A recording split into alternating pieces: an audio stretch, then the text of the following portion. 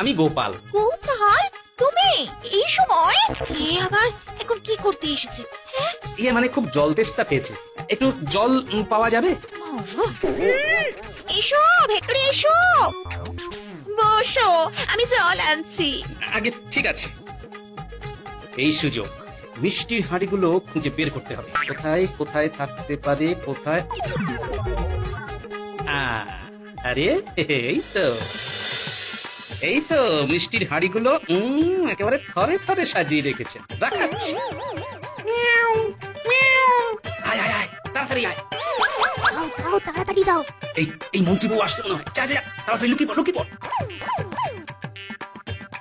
এই নাও জল। দিন দিন, বলছিলাম কি নুন চিনি দিয়েছেন তো? তুমি তো শুধু জল চাইলে।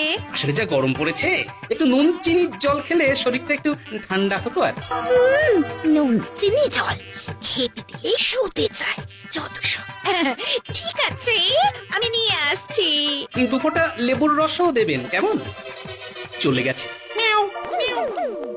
বিড়াল এলো নাকি? এই, যা, যা, যা, হুস, হুস। এসেছিল, আমি তাড়িয়ে দিয়েছি।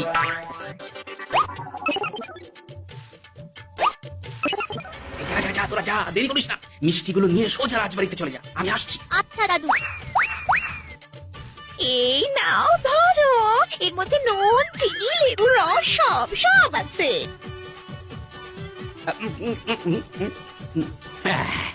ধন্যবাদ। নাও এইবার বিদায় হও দেখি, আমার আবার অনেক কাজ আছে।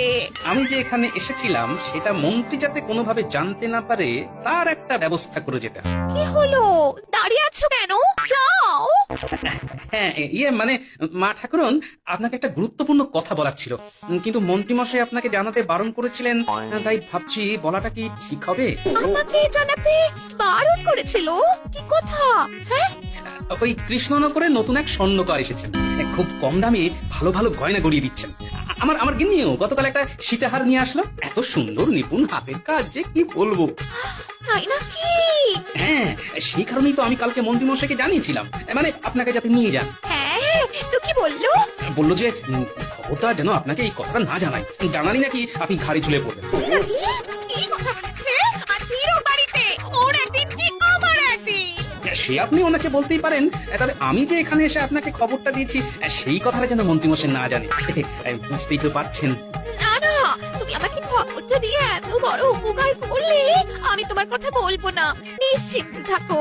এই তো ওষুধ ধরেছে। ঠিক আছে মা ঠাকুরন, এখন তবে আমি আসি।